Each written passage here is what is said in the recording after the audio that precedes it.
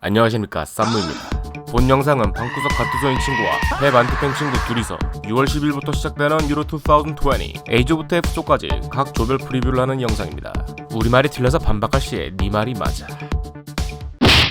2조의 첫 번째 시드인 스페인을 먼저 대하를 해보도록 하겠습니다. 스페인은 월드컵 1회 우승을 했고 2010년에 유로 우승은 3번이나 했더라고. 1964년, 2008년, 2012년. 그러니까 사실 2010년 초반 그때 스페인은 우리가 다 알지만은 명실상부 세계 최강이었어. 세월간이 시절? 그때 사비, 이녜, 부스케츠, 비아도 있었지. 그래서 이때는 정말 강했는데 확실히 좀 내려왔지. 뭐 미드필더 역대급으로 나오는 선수들이 갑자기 한꺼번에 확 나온 거니까. 맞아. 감독은 루이스 엔리케로 바르샤의 그 감독. 그리고 트러블 감독이잖아. 그렇지. 트러블. 바르샤 팬들은 조금 루이스 엔리케를 좋게 생각하지 않는 사람도 있지. 그러니까 엘리케를 그때 당시에 좀 싫어했던 게 엘리케가 플랜 B가 없는 느낌? 유로에서는 8승 2패로 무난하게 조 1위 진출했어. 2018년 11월 이후로 한 번밖에 안 졌더라고. 약해 보여도 계속 이기고 비기고 잘 안 지는 팀이지. 그리고 이 팀은 3경기 다 스페인의 세비야에서 경기를 치르더라고. 포메이션을 보면은 둘이 4-3-3으로 동일하게 났어. 한 가지 변수로 작용했던 거는 부스케츠가 코로나로 아웃됐다라는 거지. 내가 본 것 중에 차이는 2개가 있었는데 첫 번째는 레프트백의 차이였어. 너는 알바를 낳고 너는 가야를 낳더라고. 현재 대표팀 감독이 가야를 많이 선호해서 가야가 많이 나오기도 했고, 알바는 이제 백업을 해주는 게 좋다고 생각을 하는 거지. 그래도 알바가 그냥 알바 수준이 아니라 정규직이고 그리고 어쨌든 엘리케 감독이 이제 바르셀로나 감독을 했기 때문에 그렇죠. 알바를 결과적으로 이 바르셀로나 선수를 무조건 쓸 거다. 알바가 나올 수도 있는 이유 중에 하나는 지금 부스케츠가 아웃돼서 지금 수비진 라인이 경험이 없는 선수들로 쫙 갖춰졌거든. 라모스도 없는 상황에서 어떻게 보면 가장 경험이 많은 선수라서 알바가 나올 수도 있다고 생각은 해. 두 번째 얘기 나눌 점은 라포르트가 축구의 국적을 스페인으로 바꿨단 말이야. 협회랑 이제 모종의 얘기가 나왔을 거 아니야. 너는 라포르트를 주전에 놓지 않았더라고.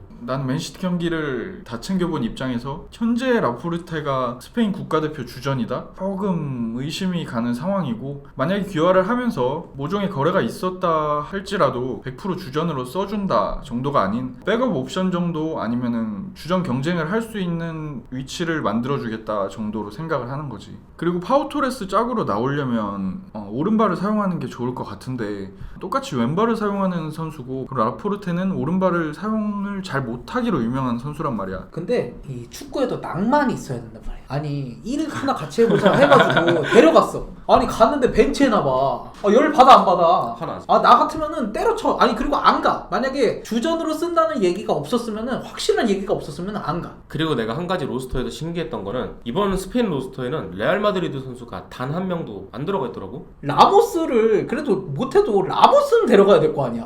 레알 패싱이야 이거는. 라모스는 조금 그렇게 생각할 수도 있고, 나는 다른 선수는 경쟁에서 탈락하는 게 맞다고 생각하는데, 딱 하나 걸리는 거는 루카스 바스케츠. 스페인은 그래도 탄탄해. 특히 중원의 그 각자 롤들이 굉장히 좋아 보여. 중원은 좋아. 백업이 좀 부족할 뿐이지 좋다고 생각해. 그렇지. 약간 뎁스가 그렇게 좋진 않지만 그래도 이 주전만 놓고 봤을 때는 최강의 중원이다. 그런 다음에 윙어들이 지금 폼이 굉장히 좋잖아.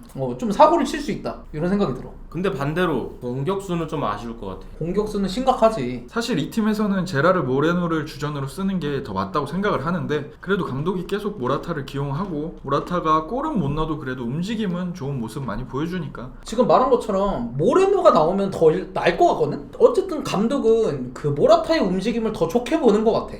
그럼 이제 무적함 대 스페인의 키플레이어로 너는 요렌테랑 라포르트를 골랐고 너는 페란 토레스를 골랐어. 마르코스 요렌테가 올 시즌에 폼이 정말 좋아. 근데 아틀레티코 마드리드에서 하는 거랑 여기에서 하는 역할이 달라. 그런데 얘는 여기 나와도 잘하고 있어. 얘가 어떻게 해주냐에 따라서 확실히 수비 라인도 그렇고, 그리고 공격적으로도 다양한 옵션을 가져올 수 있는 선수라고 생각을 해. 또 다른 키플레이어로 뽑은 선수는 라포르트. 일 하나 하자고 했는데 그 일이 그냥 조별리그 3경기일지 아니면은 결승까지 가는 거일지. 그런 다음에 나는 지켜볼 유망주로 페란 토레스를 골랐거든? 근데 페란 토레스는 맨시티 팬이 더 잘 알겠지. 페란 토레스가 물론 맨시티에서는 조금 아쉽지. 하지만 대표팀에서는 내 생각에는 에이스라고 생각하거든. 대표팀에서 골도 많이 넣어주고, 현 시점에서 모라타나 다니 올모보다는 페란 토레스 쪽에서 득점을 기대하는 게 오히려 맞다고 생각을 하는 거지. 내가 생각하는 지켜볼 유망주는 페드리로 꼽았는데 티아고 알칸타라가 주전으로 나올 수도 있지만 페드리 쪽에서 창조적인 움직임을 가져와 주는 게 맞다고 생각을 하는 거지. 그 다음은 두 번째 시드를 받은 폴란드. 폴란드는 직전 대회 유로 2016에서 8강을 올라간 팀이야. 감독은 파울로 소자로서 보르도 감독을 했었거든, 이 사람이. 근데 이 사람이 황의조를 데려온 감독이야. 어우, 훌륭한 감독이네. 어우, 대단하신 분이지.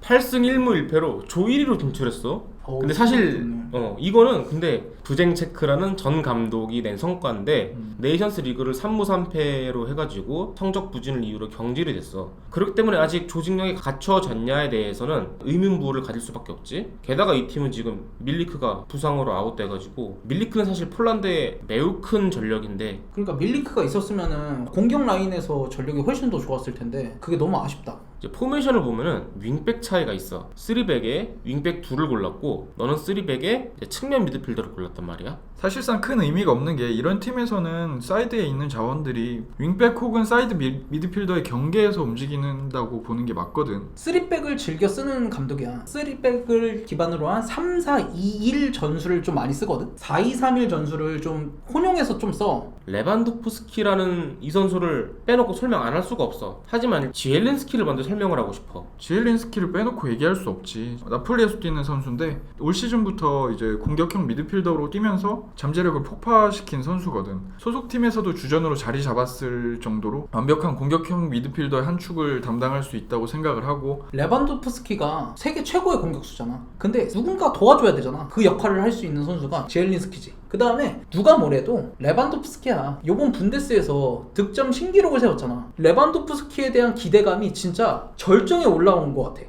올해는 유로가 있는 시즌이라서 혹시나 여기서 잘하면 발롱도르까지 수상할 수 있다고 생각을 하지. 작년에 발롱도르가 있었다고 하면은 가장 유력한 후보 중 하나였어. 영순이라고 생각하지. 100%지, 100%야. 100%. 하지만 반대인 수비나 이런 쪽으로는 불안감이 있지 않을까 하는 이런 걱정도 있어. 이런 팀들이 전통적으로 보여줄 수 있는 수비 라인은 크고 단단하고 어떻게 보면 민첩성이 좀 느린 선수들, 현재 주전으로 뛰고 있는 글리크, 그 다음 베드나렉, 이런 선수들도 비슷한 단점을 보이고 있단 말이야. 그리고 감독이 교체된 이후로 플랜 A가 확정되지 않았거든. 선수가 계속 바뀌어. 크리오비악은 확실히 주전이야. 근데 나머지 선수 조합을 나는 전혀 모르겠어. 우선적으로 수비들이 공중볼 장악 능력도 우수하고 그런 다음에 몸싸움이 좋아. 대인 방어 능력이 근데 굉장히 좀 떨어져. 스피드 있거나 이런 팀들한테는 좀 취약하고, 그런데 아까 말한 것처럼 감독이 바뀐 이후에 뭘 하는지를 잘 모르겠어. 연습하러 나오는 대회가 아니잖아. 그런 점에서는 좀 불안한 감이 확실히 좀 있는 것 같아. 자, 그러면 이번에는 지켜볼 유망주를 얘기를 해보자고 하면은, 너는 스비데르스키라는 선수를 골랐어. 이 선수는 나는 주전이라고 생각을 하지 않았거든. 하지만 이번에 밀리크가 나가면서 이 선수를 써야 되는 상황이 왔단 말이야. 이 선수 나이도 어리고 한번 기대해볼 만한 선수다라고 생각을 하는 거지. 그 다음 소개할 팀은 스웨덴. 스웨덴은 피파 랭킹 18위로서 이 팀은 젤라탄의 팀으로 유명하지. 유로 1992에서 4강 진출한 게 최대 업적이야, 이 팀은. 근데 2008년부터는 계속 조별 탈락을 연달아 하면서 별 성과를 내지 못하고 있어. 하지만 2018년 러시아 월드컵에는 깜짝 8강을 가는 기록도 있었지. 이 팀은 6승 3무 1패로 조 2위로 진출했고, 예선에서 같은 조였던 스페인을 또 만났어. 포메이션을 보면은 전통적인 4-4-2가 아닌가라는 생각을 하게 돼. 팀 자체가 수비 조직력이 뛰어나고 두 줄 수비로 강력한 수비를 구축하는 포메이션을 좀 가지고 있거든. 두 줄 수비를 하면서 킥앤러시 하는 팀이라고 그렇지. 보면 좋지. 좀 약간 그 킥앤러시하는 그런 스타일이야. 내가 스웨덴을 기대하는 이유가 있어. 우선 이 수비 라인이 단단하잖아. 이런 대회에서는 수비가 중요하거든. 잘 버티면서 뻥축구를 했을 때 버텨주고 빠른 스피드로 들어가는 게 중요하잖아. 해결해줄 수 있는 선수가 옛날에는 이브라였잖아. 근데 지금 오히려 공격적인 재능들이 더 나왔다고 생각을 해. 그리고 그 네이션스 리그에서 성적이 안 좋았잖아. 그렇게 깨지긴 했지만 강팀들과의 경기를 풀어나갈 수 있는 뭔가의 경험을 줄 수 있다고 나는 생각을 하거든. 감독도 분명히 느꼈을 거야. 나는 요번에 스웨덴이 분명히 단단한 피지컬과 조직력이 굉장히 좋다고 생각을 해서 그런 장점들을 잘 살린다면 한 건 할 수 있다, 이런 생각이 좀 들어.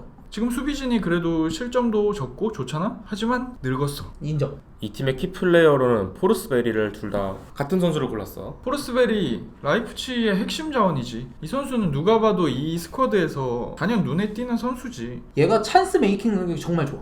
그런데 세트피스에서 올려주는 애가 중요하잖아. 빛나는 킥력이 있어. 그렇기 킥력도 때문에- 있고 드리블도 좋아. 그러니까 내가 볼 때는 굉장히 핵심 선수가 될 것 같아. 유망주로는 너는 이사크를 골랐어. 너는 클루셰프스키를 골랐고. 이사크는 도르트문트 있을 때부터 많이 보던 선수인데 이때는 좋은 평가를 내리기에는 많이 아쉽지. 근데 소시에다드로 이적하고 나서는 굉장히 유연하고 득점력도 괜찮고 좋은 움직임을 많이 보여주는 선수란 말이야. 아직 99년생의 어린 선수고 이 선수는 이번 대회에 충분히 지켜볼 만한 가치가 있는 것 같아. 클루셰프스키를 골랐는데 00년생이거든. 얘가 FM 본자야. 얘가 좋을 수밖에 없는 이유가 있어. 피지컬하고 밸런스 둘 다 좋아. 그런데다가 전반적인 스피드 그리고 순간적으로 치고 나는 속도까지 좋으니까 진짜 막을 수가 없는 거야. 그런데 얘가 드리블을 못하냐? 아니거든. 스웨덴에서 분명히 한 건을 해줄 때 얘가 마무리하는 그런 장면들이 꽤 나오지 않을까. 이런 기대감이 좀 많이 들어.